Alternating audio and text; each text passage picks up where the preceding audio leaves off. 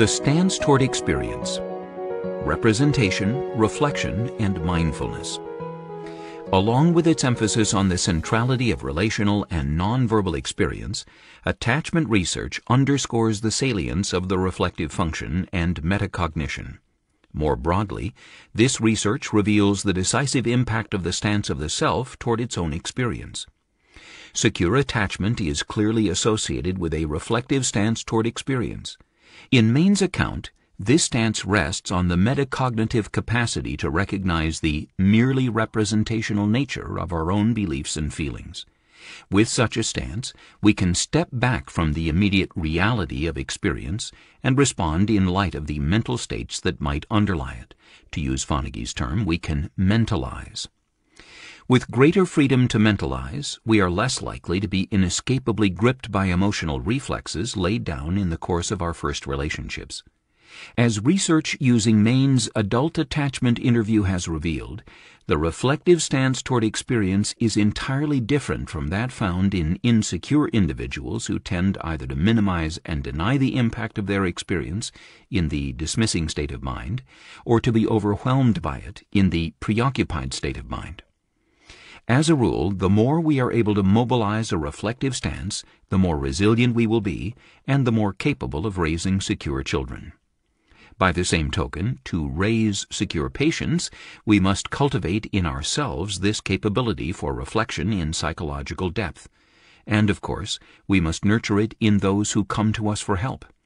As therapists, our efforts to foster or disinhibit our patients' mentalizing capacities are an essential feature of the help we offer.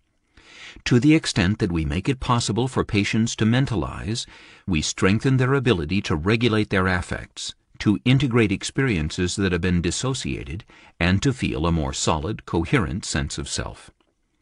Beyond the capacity for a reflective stance, I would argue that there exists the potential for a stance toward internal and external experience that is, in some sense, deeper and closer to the subjective center of ourselves. I am thinking here about a stance that involves deliberate non-judgmental attention to experience in the present moment, that is, a stance of mindfulness. While mindfulness is not part of the vocabulary of attachment, this construct from Buddhist psychology seems a natural outgrowth of attachment theory and research. In fact, Philip Shaver, co-editor of the Handbook of Attachment, told me that recently, in preparing a scientific presentation for the Dalai Lama, he had occasion to read nearly a dozen books on Buddhism. To his surprise, he found the psychology there to be not only consistent with, but in many respects virtually identical to the psychology of attachment theory. To clarify what is meant by a stance of mindfulness, imagine 4 concentric rings, each of which represents an element that contributes to the moment-to-moment experience of being a mindful self. The outermost ring stands for external reality. The world of external reality includes not only the events that happen to us and the situations we co-create, but also, perhaps most importantly, the people with whom we are involved.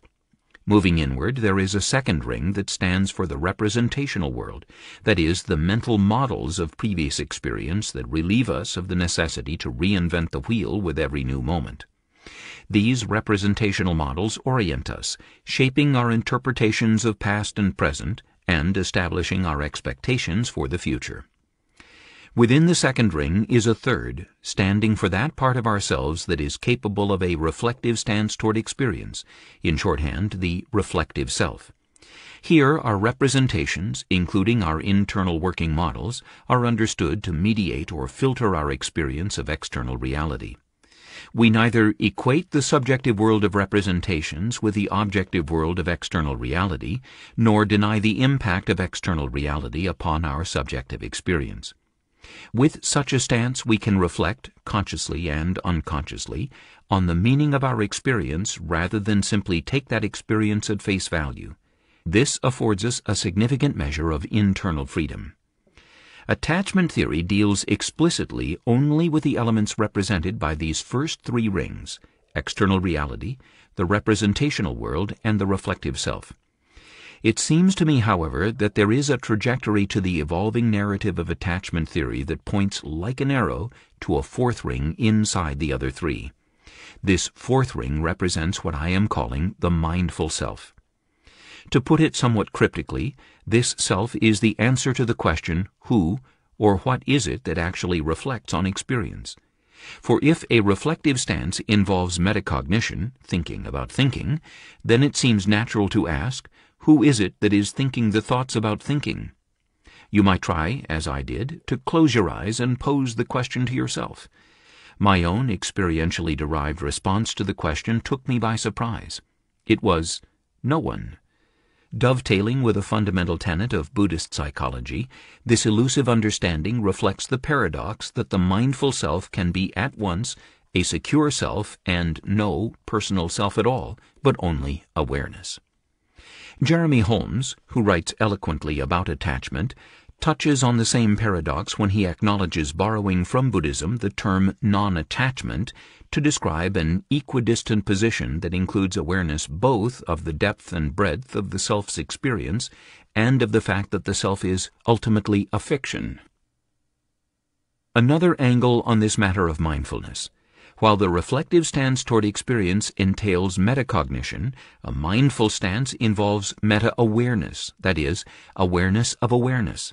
Put differently, the self that reflects on experience attends to the contents of experience, while the self that is mindful attends to the process of experiencing. Such mindful attention illuminates the process by which experience is constructed. Fonagy alludes to research highlighting the clinical potential of mindfulness meditation as an adjunct to psychotherapy. He notes that what we would call mentalizing is directly enhanced by meditation practice. Fonagy's point is undoubtedly well taken. Yet mindfulness involves more than formal meditation, and meditation supports more than mentalizing. The regular exercise of mindful awareness seems to promote the same benefits, bodily and affective self-regulation, attuned communication with others, insight, empathy, and the like, that research has found to be associated with childhood histories of secure attachment.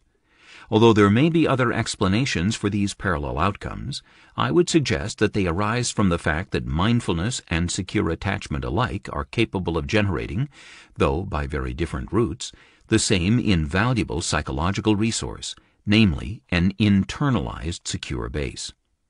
Secure attachment relationships in childhood and psychotherapy help develop this reassuring internal presence by providing us with experiences of being recognized, understood, and cared for that can subsequently be internalized.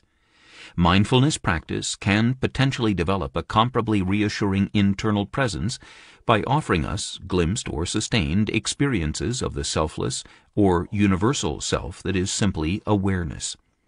Such experiences are often marked by profound feelings of security, acceptance, and connection in relation as much to others as to ourselves.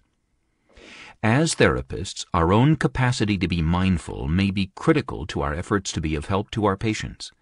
First, and perhaps most crucially, a mindful stance fosters the experience of being firmly lodged in the present moment. The British psychoanalyst Wilfred Bion captures this state of open presence as well as any Buddhist philosopher when he extols the advantages of approaching the patient without memory, desire, or understanding.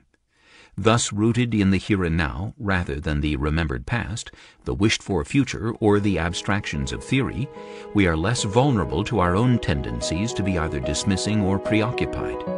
A mindful stance allows us to be more fully present, open, and capable of responding, like the good enough attuned parent, to the requirements of the moment as these emerge in our interaction with the patient.